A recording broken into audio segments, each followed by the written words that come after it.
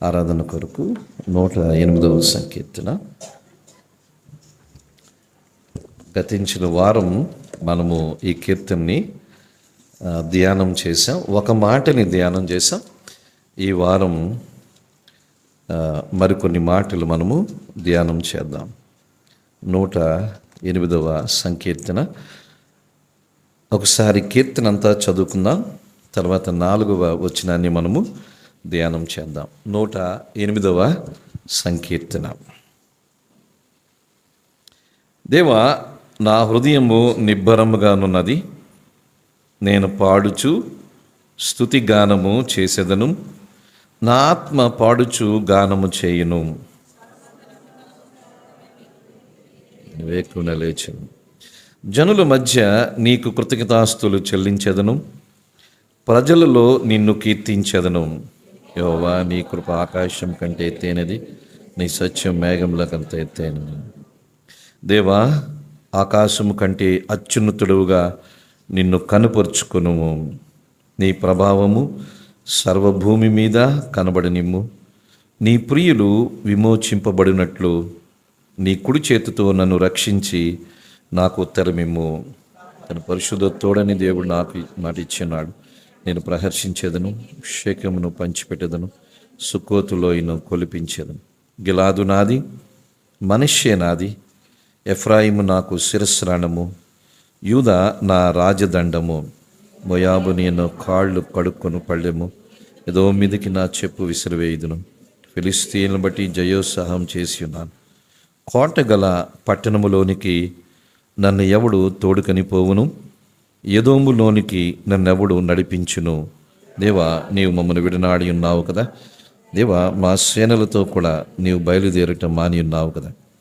మనుష్యుల సహాయము వ్యర్థము, శత్రువులను జయించుటకు నీవు మాకు సహాయము దయచేయము.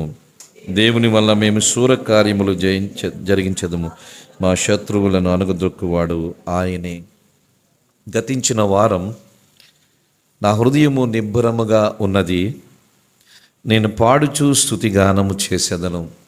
అది ఆరాధన కొరకు మనం ధ్యానం చేశాం. అంటే ఆరాధించే వాళ్ళ హృదయము నిబ్బరముగా ఉండాలి అని. నిబ్బరముగా ఉండే హృదయానికి ఉండే 5-6 లక్షణాలు పోయిన వారం చూశాం. స్టేబుల్ హార్ట్ అంటాం, ఫిక్స్డ్ హార్ట్ అంటాం. దేవుణ్ణి ఆరాధన అనేది అలవాటుగా చేసేది కాదు, ఒక క్రమంలో చేసేది కాదు, ఒక పద్ధతిలో చేసేది కాదు. దేవుణ్ణి ఆరాధన అనేది ఇది హృదయానికి సంబంధించింది. It's not a pattern of a church. ఇది ఒక సంఘ క్రమము కూడా కాదు. ఇది దేవుడే రక్షించబడిన ప్రతి విశ్వాసికి ఇచ్చిన ఆజ్ఞ, ఆరాధన ఆజ్ఞ. అందరూ ఆరాధన చెయ్యాలి. అయితే ఆరాధన చేసే పద్ధతులు రకరకాలుగా ఉంటాయి. కొంతమంది నిలబడి పాటలు పాడతారు, అదొక ఆరాధన పద్ధతి. కొంతమంది మనము ప్రార్థన చేస్తాము, ఇది ఆరాధన పద్ధతి. కొంతమంది చప్పట్లు కొడతారు, ఆరాధన పద్ధతి. ఒక్కొక్క దేశంలో ఒక్కొక్క ఆరాధన పద్ధతి ఉంటుంది. ఆఫ్రికా వాళ్ళు ఆరాధించే విధానం ఒక రకంగా ఉంటుంది, పాశ్చాత్య దేశాల వాళ్ళు ఆరాధించే విధానం ఒక రకంగా ఉంటుంది, భారతదేశంలో ఆరాధించే పద్ధతులు రకరకాలుగా ఉంటాయి. అలాగే వివిధ సంఘాలు ఆరాధించే పద్ధతులు రకరకాలుగా ఉంటాయి. ఏది కరెక్టు, ఏది రాంగు, అన్నీ రైటే, ఏది తప్పు కాదు.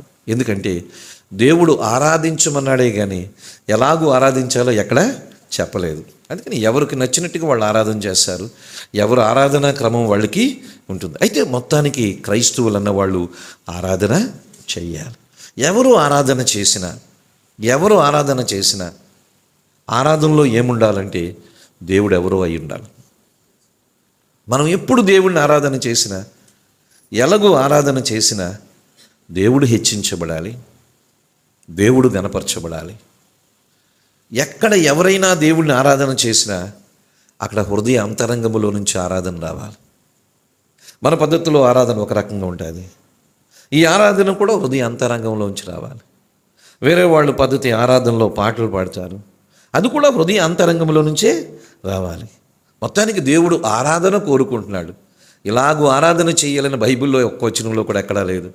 అయితే మనం చేసే ఆరాధన హృదయం నుంచి రావాలి అంటే ఆ హృదయము నిబ్బరంగా ఉండాలి, ఆ హృదయం స్థిరంగా ఉండాలి. ఆయన పోయిన వారం చూసాం. నిబ్బరమైన హృదయానికి బహుశా 5-6 లక్షణాలు మనం చూసాం. ఈరోజు మనం చూస్తే 4వ వచనములో, యెహోవా నీ కృప ఆకాశము కంటే ఎత్తైనది, నీ సత్యము మేఘములంతా ఎత్తుగా ఉన్నది. ఈ వచనాన్ని బట్టి ఆరాధన కొరకు మనం సిద్ధపడదాం. 103వ సంకీర్తన 11వ వచనములో కూడా ఇది మనం చూడవచ్చు. 103వ సంకీర్తన 11వ వచనం చదివితే, భూమి కంటే ఆకాశము ఎంత ఉన్నతముగా ఉన్నదో, ఆయన యందు భయభక్తులు గలవారి ఎడల ఆయన కృప అంత అధికముగా ఉన్నది. భూమి కంటే ఆకాశం ఎంత ఉన్నతముగా ఉన్నదో. భూమికి ఆకాశానికి ఎంత దూరం ఉంది ఎవరికీ తెలియదు. అయితే భూమి కంటే ఆకాశం ఎంత ఉన్నతంగా ఉందో మనకు తెలియదు. కానీ ఆయన యందు భయభక్తులు గలవారి ఎడల ఆయన కృప అంత అధికముగా ఉన్నది. అలాగే 57వ సంకీర్తన 9వ వచనాన్ని కూడా చూద్దాం. 57వ సంకీర్తన 9వ వచనములో కూడా ఉంటుంది. నీ కృప ఆకాశము కంటే ఎత్తైనది, నీ సత్యము మేఘమండలము వరకు వ్యాపించి ఉన్నది. నీ కృప ఆకాశము కంటే ఎత్తైనది. ఆకాశం ఎక్కడుంది తెలియదు. మనం విమానంలోకి వెళ్ళామనుకోండి, ఇక ఆకాశం ఇంకెక్కడో ఉంటుంది. స్పేస్ షటిల్, స్పేస్ ర్యాకెట్స్లో వెళ్ళామనుకోండి, ఇంకా ఆకాశం ఎక్కడో ఉంటుంది. ఆకాశం అంటే అంతులేని ఆ యొక్క స్థలము ఎక్కడుందో మనకి తెలియదు. నీ కృప ఆకాశము కంటే ఎత్తైనది, నీ సత్య మేఘమండలం వరకు వ్యాపించి. ఏంటి ఈ మాట ఎందుకు భక్తుడు అంటున్నాడు? ఆయన కృప ఆకాశము కంటే గొప్పదంట, ఎత్తైనదంట. ఆయన సత్యము చాలా మేఘముల కంట ఎత్తుగా ఉందంట. ఇది దేని గురించి దావీదు తెలియజేస్తాడంటే, దేవుని గొప్పతనం గురించి తెలియజేస్తాడు. ద ఇమ్మెన్సిటీ ఆఫ్ గాడ్ అంట. ది ఇమ్మెన్సిటీ ఆఫ్ గాడ్ అంటే దేవుడు ఎంత గొప్పవాడో వివరించడానికి దావీదు దగ్గర పదాలు కనబడలేదు. దేవుడు ఎంత గొప్పవాడో భాష దొరకలేదు. సరే, దేవుడు ఎంత గొప్పవాడు అని ఎలాగన్నాడంటే, ఆయన కృప ఆకాశం కంటే ఎత్తైంది అన్నాడు. అంతే, ఇంక అంతకు మించి ఇంకో భాష ఏమీ లేదు. ఆయన సత్యము మేఘముల కంటే ఎత్తైంది అన్నాడు. ఇప్పుడు ఎవరైనా తెల్లగా ఉన్నారనుకోండి, మనకు అందుబాటులో ఉండే భాష ఏంటి? మల్లె పువ్వులాగా తెల్లగా ఉన్నారంట, లేక మంచు వలె తెల్లగా ఉన్నారంట. మనకు తెలిసిన భాష. ఇక అంతకు మించి మనకేమీ తెలియదు. అలాగే దేవుని యొక్క గొప్పతనాన్ని, దేవుని యొక్క ఔన్నత్యాన్ని వర్ణించడానికి భక్తుడికి ఈ పదాలు దొరికినాయి. ఆకాశం దొరికింది, మేఘాలు దొరికినాయి. ఇక అంతకన్నా ఆయన దానికన్నా గొప్పవాడు. ఆయన కృప వాటికన్నా గొప్పది.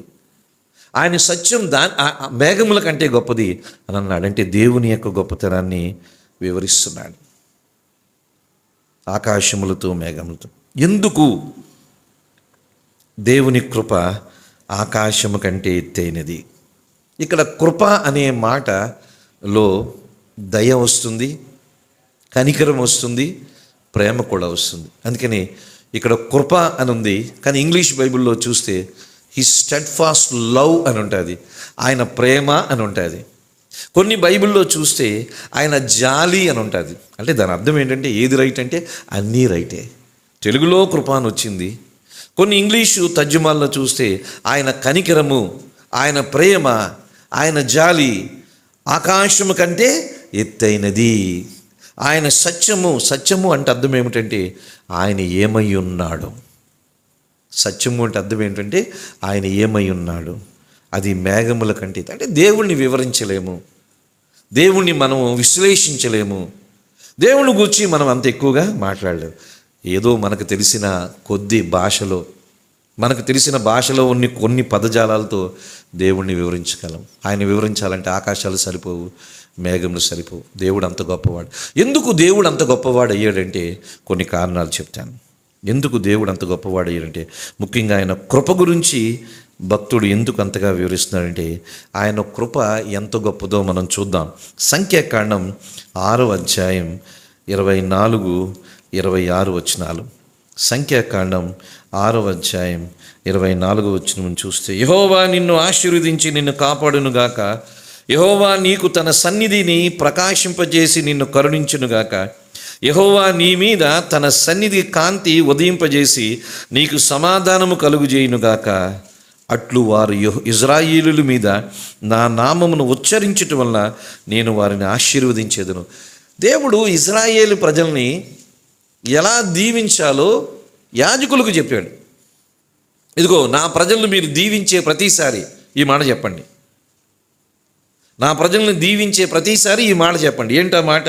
యెహోవా నిన్ను ఆశీర్వదించి నిన్ను కాపాడునుగాక. యెహోవా నీకు తన సన్నిధిని ప్రకాశింపజేసి నిన్ను కరుణించునుగాక.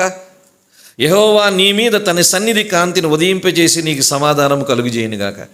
ఆ విధంగా దేవుడు తన ప్రజలను దీవించాలని యాజకులకి లేక నాయకులకి చెప్తున్నాడు. ఇది ఇజ్రాయేల్ని ఆ విధంగా దీవిస్తారు. ఈ రోజుల్లో కూడా ఈ మాటను చాలామంది వాడతారు, తప్పేమీ కాదు. అయితే నూతన నిబంధన గ్రంథంలో ఆశీర్వాదం వచ్చేటప్పటికి ఏమంటారు? దేవుని కృప మీకు తోడుగా ఉండునుగాక అని అంటారు.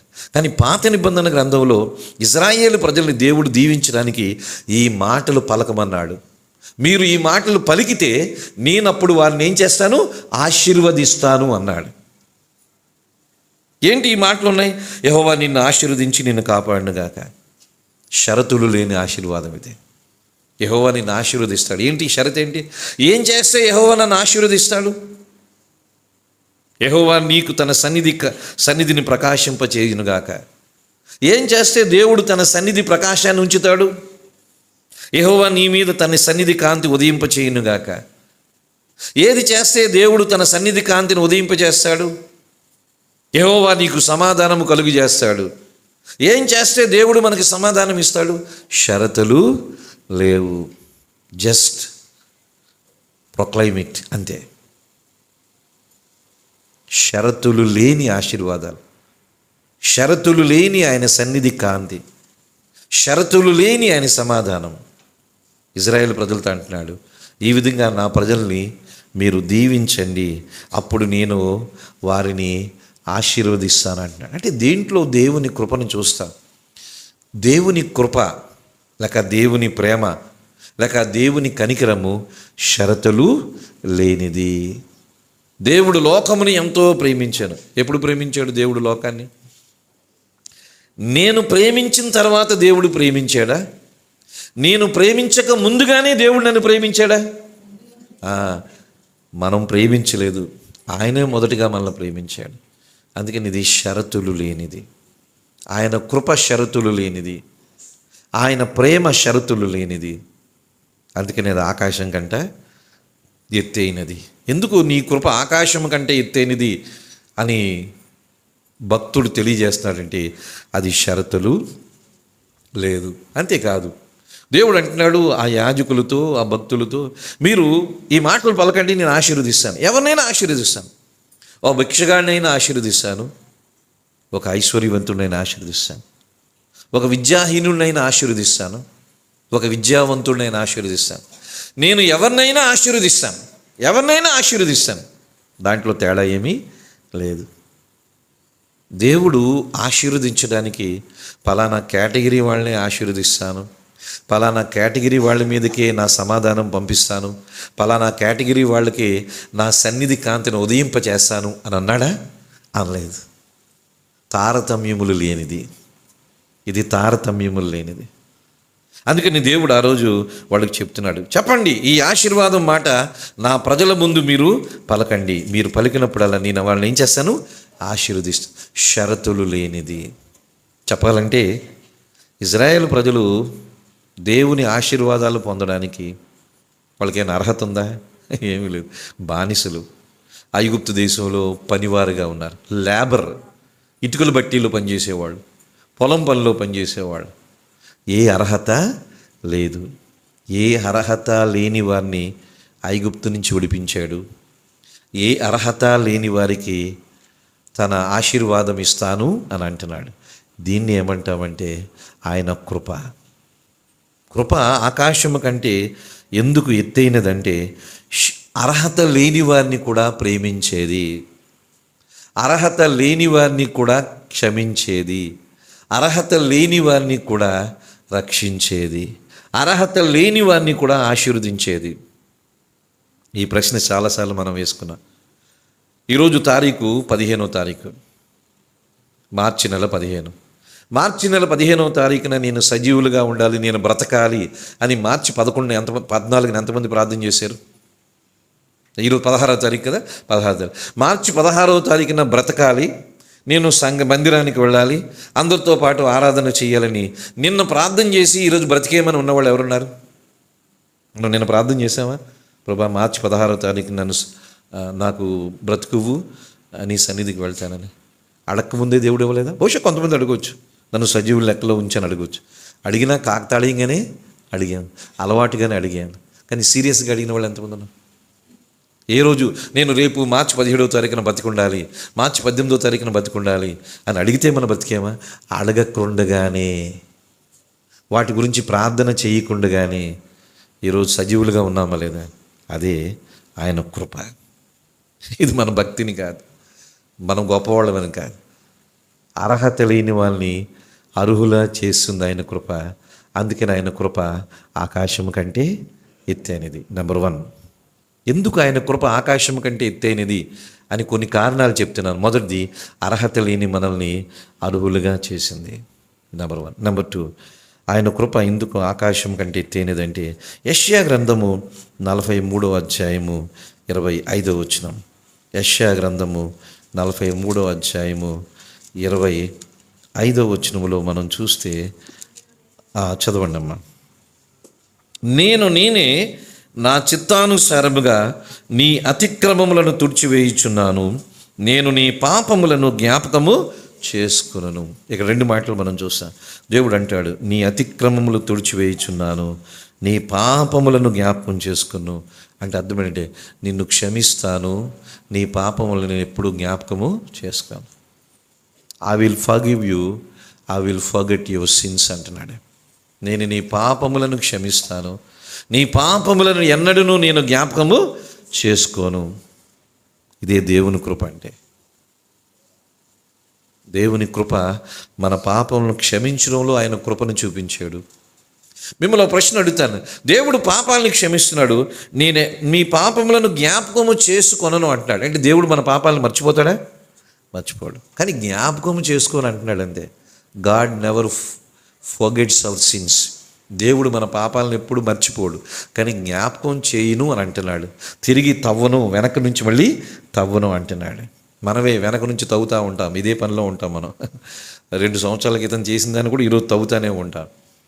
కానీ దేవుని స్వభావం మనలోకి వస్తే, ఒకసారి క్షమించిన తర్వాత వారు చేసిన తప్పులు పాపాలు మనం మర్చిపోవచ్చు, కానీ తిరిగి వాటిని తోడకూడదు, తవ్వకూడదు.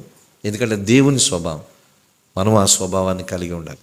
అందుకని దేవుని కృప ఆకాశము కంటే ఎందుకు ఎత్తయిందంటే, ఆయన క్షమిస్తున్నాడు, మన పాపములను జ్ఞాపకము చేసుకోను అని అంటున్నాడు. మన పాపములను జ్ఞాపకం చేసుకుని అంటున్నాడు. అందుకని ఆయన కృప ఆకాశం కంటే ఎత్తైనది. 3వది, ఆయన కృప ఆకాశం కంటే ఎందుకు ఎత్తైనదంటే, యోహాను సువార్త 10వ అధ్యాయము 10వ వచనం మనకి బాగా పరిచయమైన వాక్యమే. యోహాను సువార్త 10వ అధ్యాయం 10వ వచనం చూస్తే అక్కడ యేసు ప్రభువు తెలియజేస్తున్నాడు కదా, దొంగతనమును హత్యను నాశనము చేయుటకు వచ్చును కానీ మరి దేనికిని రాడు, గొర్రెలకు జీవము కలుగుటకును అది సమృద్ధిగా కలుగుటకు నేను వచ్చితనని మీతో నిశ్చయముగా చెబుతున్నాను. I have come to give you abundant life. I have come to give you abundant life. సమృద్ధి జీవం ఇవ్వడానికే వచ్చాను అని అంటున్నాడు యేసు ప్రభు. దేవుడు మనకి సమృద్ధి జీవం ఇవ్వడానికి వచ్చాడు. దీంట్లో ఆయన కృప ఉంది. ఆయన కృప ఎందుకు ఆకాశం కంటే ఎత్తైందంటే, ఆయన సమృద్ధి జీవాన్ని ఇచ్చేవాడు. మనం ఎప్పుడైనా ప్రార్థన చేసామా, దేవా సమృద్ధి జీవం అని? ఎప్పుడు ప్రార్థన ఏ పాపి ప్రార్థన చేయలేదు, నాకు సమృద్ధి జీవం అని. అడగక ముందుగానే సమృద్ధి జీవం ఇస్తుంది. అసలు సమృద్ధి జీవం అంటే అర్థం ఏంటి? What is meant by abundant life in Jesus Christ? చాలాసార్లు మీకు చెప్పాను కదా, ఇజ్రాయేలు ప్రజలకి కనాను అంటే ఎటువంటిదో, రక్షించబడిన పాపులకి లేకపోతే రక్షించబడిన మనకి క్రీస్తులో సమృద్ధి జీవము అటువంటిది. ఇప్పుడు మన కనాను ఏది? యేసు ప్రభువే. మన కనాను యేసు ప్రభులో సమృద్ధి జీవమే. సమృద్ధి అంటే మనం తోడుకునే కొలది వస్తుంది. చాలా వరకు మనం తోడుకోలేకపోతున్నాం. లోకాన్ని తోడుకుంటున్నాం కానీ యేసును తోడుకోవడం లేదు. లోకంలో ఉన్నదంతా పొందాలని చూస్తున్నాం కానీ యేసులో ఉన్నదంతా పొందాలని అనుకుంటున్నామా? లేదు, అంత టైం లేదు. యేసులో ఉన్నదంతా పొందాలి. అందుకనే ద్రాక్షావళి నేను, తీగలు మీరు.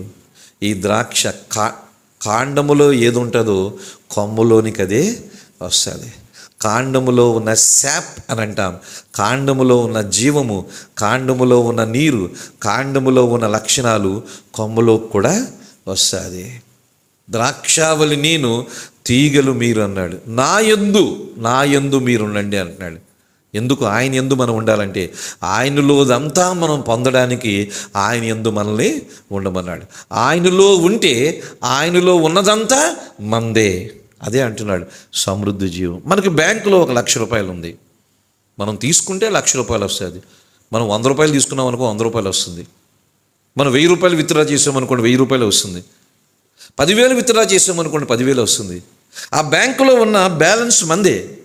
మనం తీసుకున్న దాన్ని బట్టి అది మన సొంతము అవుతుంది. యేసులో ఉన్న సమృద్ధి జీవం అంతా మందే. మనం తీసుకున్న కొలది ఆ సమృద్ధి జీవాన్ని మనము పొందుతాం. చాలామంది తీసుకోవడం లేదు. యేసులో ఉన్న సమృద్ధి జీవం, ఆయనలో ఉన్న ప్రశాంతత. కానీ చాలామంది జీవితాల్లో ప్రశాంతత ఉండదు, అంటే నెమ్మది ఉండదు. గందరగోళంగా ఉంటాయి. వాళ్ళ కుటుంబాలు గందరగోళం, వాళ్ళ జీవితాలు గందరగోళం. ఎప్పుడు కదల్చినా ఏదో గందరగోళం, ఏదో అశాంతి, ఏదో ఉంటుంది. ఎందుకంటే యేసులో ఉన్న సమృద్ధి జీవం వాళ్ళు పొందలేకపోతే. యేసులో నెమ్మది ఉంది, యేసులో విశ్రాంతి ఉంది, యేసులో నిమ్మళత్వం ఉంది. ఆయనలో మనం ఉంటే ఆ నెమ్మది నిమ్మళత్వం మనకు వస్తుంది. తెలుసా? ఆ రోజున యేసు ప్రభు మత్తయి సువార్త 8వ అధ్యాయంలో ఆ సముద్రం మీద ప్రయాణం చేస్తారు. సముద్రము అలల చేత కొట్టబడింది, తుఫాను చేత అలజడిలో ఉంది. యేసు ప్రభు హ్యాపీగా నిద్రిస్తున్నాడు. ఆయనలో అలజడి లేదు. ఒక మాట అర్థం చేసుకోండి, ఆయన సంపూర్ణ మానవుడిగా ఉన్నాడు, ఆయన మానవుడిగా ఉన్నాడు. ఆయన దేవుడు కదండి, ఆయనలో అలజడి ఎందుకు వస్తుందని అనుకోవచ్చు. కాదు కదా, ఆయన దేవుడే, కానీ అదే టైంలో మనిషి. ఆ పక్కనున్న 12 మంది ఏం చేస్తున్నారు? గగ్గోలు పెట్టి మేము నశించిపోతున్నాము, మేము మునిగిపోతున్నాము, నీకు చింత లేదా అని రకరకాల కామెంటరీలు ఇస్తున్నారు. ఆయన మాత్రం నిశ్చింతగా నిద్రపోతున్నాడు. ఎందుకంటే యేసులో ఉన్న నిమ్మళత్వము వారిలోకి ఇంకా రాలేదు. యేసుని అంతగా వాళ్ళు అనుభవించలేదు. యేసు సమృద్ధి జీవం ఇచ్చేవాడు. ఆయనలో ఉన్న నిమ్మళత్వము, ఆయనలో ఉన్న విశ్రాంతి. అందుకని దేవుని బిడ్డలంగా, విశ్వాసులంగా మనం ఏ పరిస్థితులకు వెళ్ళినా ఒక మాట అర్థం చేసుకోండి. క్రైస్తవ విశ్వాసి స్టేబుల్గా ఉంటాడు. జోబీలో 1,00,000 రూపాయలు ఉన్న ఎలాగుంటాడు, 5 రూపాయలన్న అలాగే ఉంటాడు. అది నిమ్మళత్వం అంటే. జోబీలో 1,00,000 రూపాయలు కట్ట ఉన్న ఎలాగుంటాడు, 5 రూపాయలు ఉన్న అలాగ ఉంటాడు. స్టేబుల్, నిమ్మళత్వం. 10 మంది తిట్టినా అలాగే ఉంటాడు, 10 మంది పొగిడినా అలాగే ఉంటాడు. అది నిమ్మళత్వం. అది క్రీస్తులో సమృద్ధి జీవంలో వస్తుంది. ఊరికే రియాక్ట్ అయిపోడు. పొగిడితే ఏదో ఉప్పొంగిపోడు, విమర్శిస్తే ఏదో రియాక్ట్ అవ్వడు. నిమ్మళత్వం అంటాడు. యేసు ప్రభు పొగిడినా ఆయన ఏమైనా రియాక్ట్ అయిపోయాడా? యేసు ప్రభుని విమర్శించినా ఏమైనా రియాక్ట్ అయిపోయాడా? నిమ్మళత్వం. యేసులో ఉన్న సమృద్ధి జీవం మనలోనికి వస్తే ఆ నిమ్మళత్వం వస్తుంది, ఆ విశ్రాంతి వస్తుంది, ఆ నెమ్మది వస్తుంది, ఆ ధైర్యం వస్తుంది, ఆ సమాధానం వస్తుంది.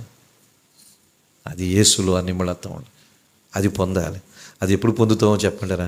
సమృద్ధి జీవాన్ని మనం పొందాలి. ఇది ఇంకొక మెట్టు, క్రైస్తవత్వంలో మరొక మెట్టు. ఆ మెట్టులోకి మనం రావాలి. అందుకని ఆయన కృప ఆకాశము కంటే ఎత్తైనది అంటే ఆయన సమృద్ధి జీవాన్ని ఇచ్చేవాడు. 50% ఇచ్చాను కదా చాలు వెళ్ళిపోనండు, 100% అయినా ఇచ్చేవాడు. That is Christian life. 3వది, అందుకని ఆయన కృప ఆకాశము కంటే ఎత్తైనదంటే ఆయన సమృద్ధి జీవం ఇచ్చేవాడు. 4వది, ఆయన కృప ఆకాశము కంటే ఎత్తైనదంటే ఎఫెసీలకు రాసిన పత్రిక 2వ అధ్యాయము 8, 9, 10 వచనాలు మనం చూస్తే అక్కడ రక్షణ గురించి ఒక మాట ఉంటుంది. ఆ మాటతో పాటు మరొక మాట కూడా చూస్తాం. ఎఫెసీలకు రాసిన పత్రిక 2వ అధ్యాయము 8, 9 వచనాలు మనం చూద్దాం.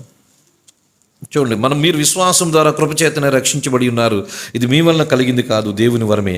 అది క్రియల వలన కలిగింది కాదు గనుక ఎవడునూ అతిశయపడ వీల్లేదు. మరియు వాటి యందు మనము నడుచుకొనవలెనని, వాటి యందు మనం నడుచుకొనవలెనని. వాటి యందు అంటే వేటి యందు? వాటి యందు అంటే వేటి యందు అంటే ఆ 9వ వచనంలో ఉంది. ఏంటది? క్రియలి యందు.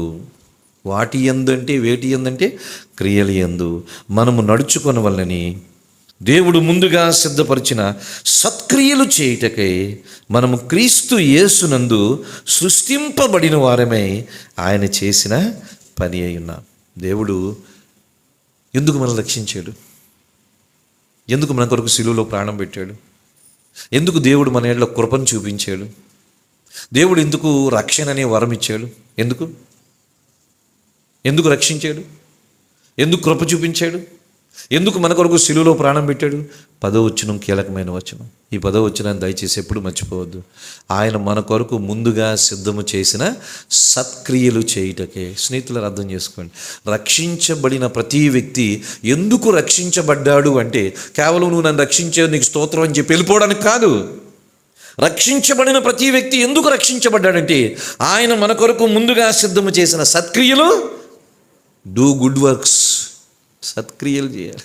దేవా నీకు వందనాలు, నువ్వు నన్ను రక్షించే నీకు స్తోత్రాలు, ఆరాధన చేసి చేతులు దులిపేసుకొని ఇష్టానుసారంగా బ్రతకడానికి కాదు. నో, ఆరాధన చేయడం సులువు, జీవించడం కష్టం. ఆరాధన చేయడం సులువు, నువ్వు నన్ను రక్షించే వందనాలు, నా కొరకు శిలువలో ప్రాణం పెట్టే వందనాలు, పెదాలు ఉపయోగిస్తే చాలు. కానీ సత్క్రియలు చేయడం జీవితం ఉపయోగించాలి. ఏది సులువు, ఏది కష్టం? సులువైందే చేస్తున్నారు. కొంతమంది ఆరాధన చేసి తృప్తి చెందుతారు. ఆరాధన చెయ్యాలి కానీ అక్కడితో కుదరదు, సత్క్రియలు చేయాలి. ఆరాధన చేస్తే ఇంకా దేవుడు ఏదో ముచ్చట పడిపోతాడు, దేవుడు ఏదో కిరీటం ఇచ్చేస్తాడు. నో నో నో నో, ఆరాధన చెయ్యాలి, సత్క్రియలు చేయాలి. ఆరాధన పెదాలకు ఉపయోగిస్తాం, సత్క్రియలకు జీవితాన్ని వాడతాం. ఎందుకు కృప చూపించాడు? ఎందుకు రక్షణ అనే వరం ఇచ్చాడంటే ఆయన మన కొరకు సిద్ధము చేసిన సత్క్రియలు చేయడానికే దేవుడు మన మీద కృప చూపించాడు, రక్షణ ఇచ్చాడు. అది worship is easy, anybody can worship. ఎవడైనా ఆరాధన చేయొచ్చు కానీ అందరూ సత్క్రియలు చేయలేరు.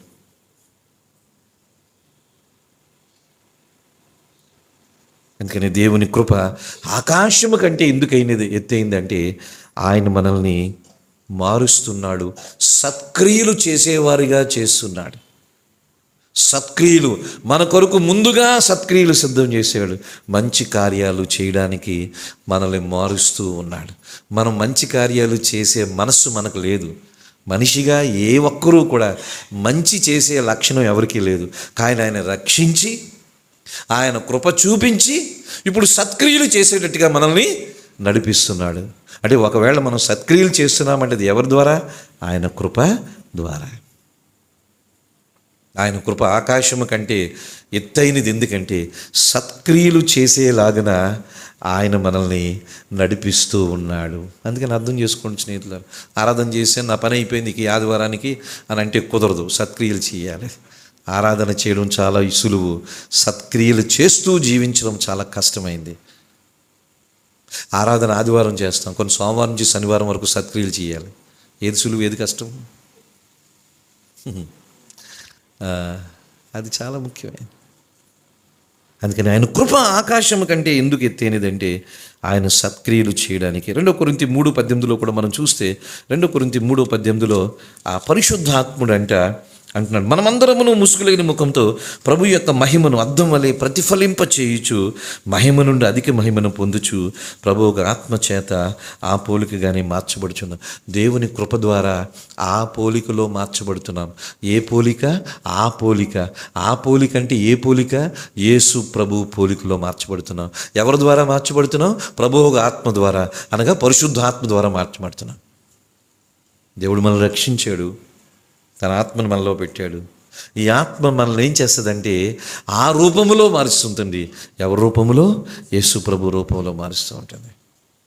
ఇది ఎలా జరుగుతుందంటే కృప ద్వారా జరుగుతుంది.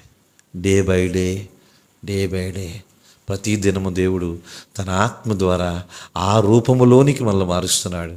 ఎలా మారుస్తున్నాడంటే కృప ద్వారా జరిగిస్తున్నాడు. అందుకని దేవుని కృప ఆకాశము కంటే ఎత్తైనది. మొట్టమొదటి ఆయన కృప ఆకాశము కంటే ఎత్తైనది. ఎందుకంటే ఆయన అర్హత లేని మన మీద ఆయన కృపని, ప్రేమని, జాలిని, కనికరాన్ని, ఆశీర్వాదాన్ని ఇస్తున్నాడు. రెండవది, ఆయన కృప ఆకాశము కంటే ఎందుకు ఎత్తైనదంటే మన పాపాలని క్షమించాడు, మరొక్కసారి జ్ఞాపకము చేసుకోవడం లేదు. మూడవది, ఆయన కృప ఆకాశము కంటే ఎందుకు ఎత్తైనదంటే సమృద్ధి జీవం ఇచ్చాడు, అడగక ముందే ఇచ్చాడు, పొందడానికి మనమే సిద్ధంగా ఉండాలి.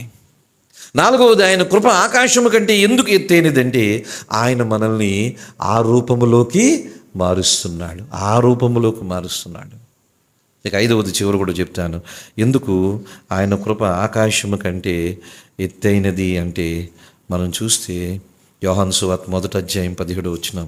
యోహాను సువార్త 1వ అధ్యాయం. చాలా అంశాలు ఉన్నాయి, దాదాపు 10 అంశాలు రాసుకున్నాను, టైం లేదు కానీ ఆపేస్తున్నాను. యోహాను సువార్త 1వ అధ్యాయము 17వ వచనంలో మనం చూస్తే, ధర్మశాస్త్రము మోషే ద్వారా అనుగ్రహింపబడెను, కృపయు సత్యమును యేసుక్రీస్తు ద్వారా కలిగెను. ఆయన కృప ఆకాశము కంటే ఎందుకు ఎత్తైనదంటే స్నేహితులరా, ధర్మశాస్త్రం మోషే ద్వారా ఇచ్చాడు. మోషే కూడా ఎవరిచ్చారు? దేవుడే ఇచ్చాడు. అంటే ధర్మశాస్త్రం కూడా ఇజ్రాయేల్ ప్రజలకు ఎవరు ఇచ్చారు? దేవుడే ఇచ్చాడు, కానీ మోషే ద్వారా ఇచ్చాడు. కానీ కృపయు సత్యం ఎవరి ద్వారా వచ్చింది? యేసుక్రీస్తు ద్వారా వచ్చింది. ఆయన కృప ఆకాశము కంటే ఎత్తైనది. ఎందుకంటే ఆయన కృప, ఆయన సత్యము యేసు ప్రభువు ద్వారా దేవుడు మనకు అనుగ్రహించాడు. యేసు ప్రభువు ద్వారా దేవుడు ఆయన కృపని, సత్యాన్ని ఇచ్చాడు. అందుకనే కృపకు పాత్రులయ్యాము, సత్యములో జీవించగలుగుతున్నాము. అనగా అది దేవుని క్యారెక్టర్, దేవుని స్వభావం. యేసు ప్రభు దేవుడు ఎవరంటే కృప, సత్య సంపూర్ణుడు. దేవుడు ఈజ్ ఈక్వల్ టు, ఇది మ్యాథమెటికల్ ఫార్ములా, మీరు అర్థం చేసుకోవచ్చు. దేవుడు ఈజ్ ఈక్వల్ టు కృప ప్లస్ సత్యం, అంతే. దేవుడు ఈజ్ ఈక్వల్ టు కృప ప్లస్ సత్యం. కృప అంటే ఆయన చేసే కార్యాలు, సత్యము అంటే ఆయన ఏమై ఉన్నాడు. మీరు రాసుకోవచ్చు. దేవుడు ఈజ్ ఈక్వల్ టు కృప ప్లస్ సత్యం. కృప అంటే ఆయన చేసిన కార్యాలు. ఆయన ఏం కార్యాలు చేశాడు? శిలువలో ప్రాణం పెట్టాడు, రక్తాన్ని చిందించాడు, విమోచన ఇచ్చాడు. ఇంకేం కార్యాలు చేశాడు? ఎన్నో అద్భుతాలు చేశాడు, ఎన్నో స్వస్థతలు ఇస్తున్నాడు, ఎన్నో రకాలుగా మనల్ని దీవించాడు, మనల్ని ఆశీర్వదిస్తున్నాడు, మనల్ని పోషిస్తున్నాడు, మనల్ని భద్రపరుస్తున్నాడు, మనకు అవసరమైన ప్రతి ఈవిని ఇస్తున్నాడు. కృప అంటే ఆయన కార్యాలు. సత్యము అంటే ఆయన ఏమై ఉన్నాడో. ఆయన ఏమై ఉన్నాడు? ప్రేమ కలిగిన వాడై ఉన్నాడు, కృప కలిగిన వాడై ఉన్నాడు, దయ కలిగిన వాడై ఉన్నాడు, క్షమించేవాడై ఉన్నాడు, ఉపకారం చేసేవాడై ఉన్నాడు, పరిశుద్ధుడై ఉన్నాడు, సార్వభౌముడై ఉన్నాడు, సర్వాధికారి అయి ఉన్నాడు, నీతిమంతుడై ఉన్నాడు. అది ఆయన సత్యానికి గుర్తు. కృప అంటే ఆయన కార్యాలకి గుర్తు, సత్యము అంటే ఆయన స్వభావానికి గుర్తు. ఆయన కార్యాలు ప్లస్ ఆయన స్వభావము ఈజ్ ఈక్వల్ టు దేవుడు. అందుకని యేసు ప్రభు ఎవరంటే కృప, సత్య సంపూర్ణుడు, దాంట్లో సంపూర్ణుడు. అందుకని ఆయన కృప ఆకాశము కంటే ఎత్తైనది. ఎందుకంటే అది దేవుని స్వభావము, అది దేవుని లక్షణాలు, దేవుని కార్యాలకు సంబంధించి. అందుకని ఇప్పుడు దేవుని ఆరాధన చేయాలి. ఏమని ఆరాధన చేయాలంటే ఆ 108వ సంకీర్తన ప్రకారము, యెహోవా నీ కృప ఆకాశము కంటే ఎత్తైనది, నీ సత్యము మేఘములంతా ఎత్తుగా ఉన్నది. దావీదు దేవుని కృపని అనుభవించాడు. ఎందుకంటే గొర్రెలు కాసుకునే వ్యక్తిని దేవుడు సింహాసనం మీద కూర్చోబెట్టాడు. ఆయన కృప అంటే అర్హత లేనివాడిని అర్హుడుగా చేశాడు. రాజు అయ్యే అర్హత ఉందా దావీదుకి? లేదు. చక్రవర్తి అయ్యే అర్హత ఉందా? లేదు. అంత ఇదిగా, అంత ఉన్నతంగా తన కుటుంబం దీవించబడ్డానికి దావీదుకి అర్హత ఉందా? లేదు. కానీ అర్హత లేని వాడిని అర్హునిగా చేసాడు.